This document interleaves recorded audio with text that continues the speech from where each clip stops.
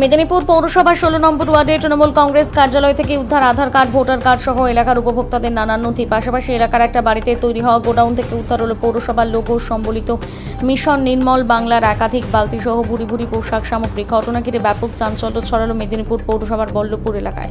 খবর পেয়ে ঘটনাস্থলে পৌঁছয় মেদিনীপুর কোতোয়ালি থানার পুলিশ। ইতিমধ্যে গোটা ঘটনা তদন্তে পুলিশ। ওয়ার্ডের তৃণমূল কাউন্সিলর সুসময় মুখার্জির বিরুদ্ধে একগুচ্ছ অভিযোগ আনলেন স্থানীয় বিজেপি নেতৃত্ব। বিভিন্ন সময় পৌর পরিষেবার নামে আর্থিক দুর্নীতি করা হয়েছে বলে অভিযোগ তুললেন স্থানীয় বিজেপি নেতৃত্ব। ঘটনার পর গ্রেপ্তার করা হয়েছে 16 নম্বর ওয়ার্ডের তৃণমূল কাউন্সিলর সুসময় মুখার্জিকে। ঘটনার তদন্ত শুরু করেছে কোতোয়ালি থানার পুলিশ।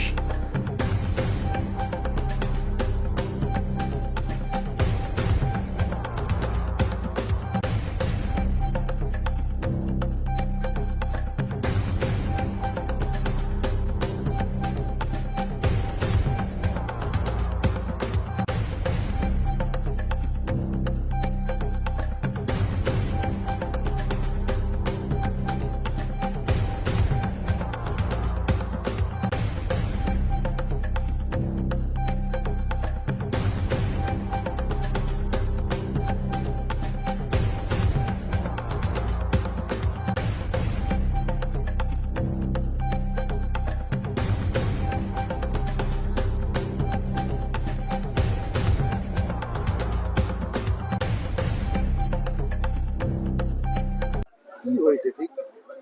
দীর্ঘদিনে সাধারণ মানুষের অভিযোগ ছিল যে এই ওয়ার্ডের কাউন্সিলর সুসময় মুখার্জির স্ত্রী কল্পনা মুখার্জি, তারপরে সুসময় মুখার্জি, তো বিগত দিনে পৌরসভার যে পরিষেবা থেকে সাধারণ মানুষ বঞ্চিত হতো, পৌরসভা পরিষেবা পেত না।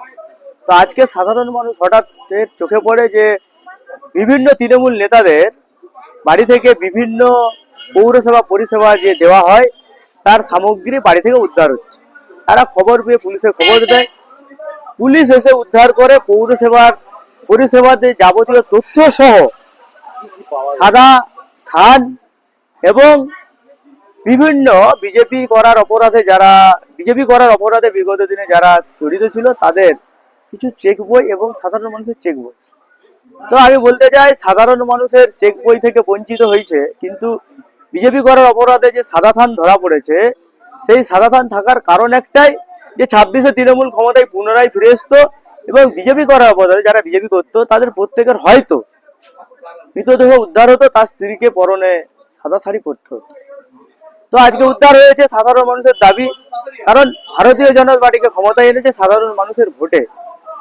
তো তাই আজকে ধরা পড়েছে। আমরা চাইবো কঠোর শাস্তি হোক এবং প্রকৃত যারা দোষী, সে পৌরসভার কাউন্সিলর থেকে চেয়ারম্যান থেকে তৃণমূলের বিগত দিনে যারা দায়িত্বে ছিলেন বিভিন্ন দপ্তরে, শাস্তি হোক। সজল জানা, মেদিনীপুর টাউনের সাধারণ সম্পাদক।